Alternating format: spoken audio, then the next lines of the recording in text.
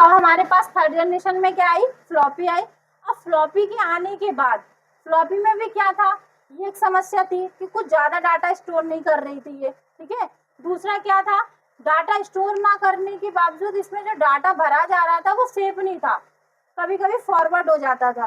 तो इसका यूज सिर्फ उन्होंने सामान्य यूज के लिए, बैकअप लेने के लिए रखा कि अगर किसी व्यक्ति का डाटा गलती से चला जाता है तो उसका अगर बैकअप लेना है तो स्टोरेज के रूप में हम किसको ले लेंगे, फ्लॉपी डिवाइस को ले लेंगे, जिससे उसमें डाटा उसका स्टोर करके रख सकते हैं। तो कुछ ज्यादा डाटा स्टोर करके हम नहीं रख पा रहे थे, इसलिए हम किसको, फ्लॉपी से भी आगे बढ़ जाएंगे। किसको लेके आएंगे, हार्ड डिस्क को, जो कि आज भी चल रही है, जो कि आज भी चल रही है और सबसे अच्छी स्टोरेज डिवाइस मानी जाती है। जितने भी हमारे पास सिस्टम होते हैं, जितने भी हमारे पास डेस्कटॉप सिस्टम होते हैं, उन सब में हार्ड डिस्क लगी होती है सीपीयू में, ठीक है। तो हार्ड डिस्क आई और एक आई है सॉलिड स्टेट ड्राइव। क्या बोलते हैं, सॉलिड स्टेट ड्राइव, इसका नाम है एसएसडी। क्या बोलते हैं, एसएसडी। अब इसका क्या यूज था, इसको डाटा स्टोर, इसमें काफी मात्रा में डाटा, एक साथ कई सारी मूवी, कई सारी फाइल्स, कई मतलब बहुत ज्यादा डाटा अगर हमें स्टोर करना हो तो एसएसडी और एचएसडी का यूज किया जाता है। हार्ड डिस्क ड्राइव और सॉलिड स्टेट ड्राइव का यूज किया जाता है।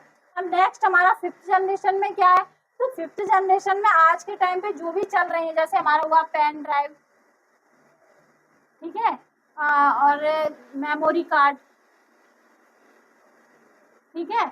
अगर हम बात करें डीवीडी की, बात करें सीडी की, बात करें ब्लू रे डिस्क की, तो ये सब किसके एग्जांपल है, फिफ्थ जनरेशन में।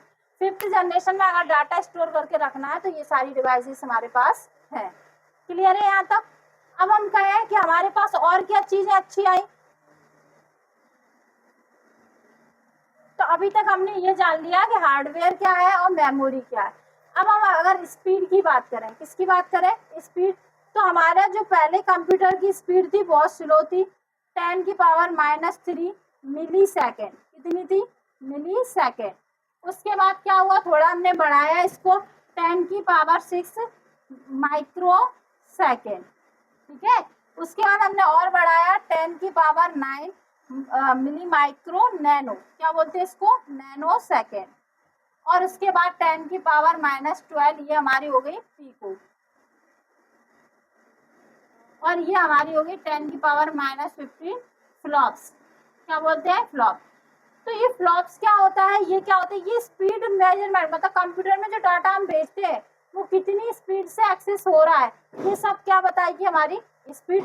जिसमें सबसे लास्ट में जो दिख रहा है ना फ्लॉप्स, इसका फुल फॉर्म होता है फ्लोटिंग ऑपरेशंस पर सेकंड, फ्लोटिंग पॉइंट ऑपरेशंस पर सेकंड।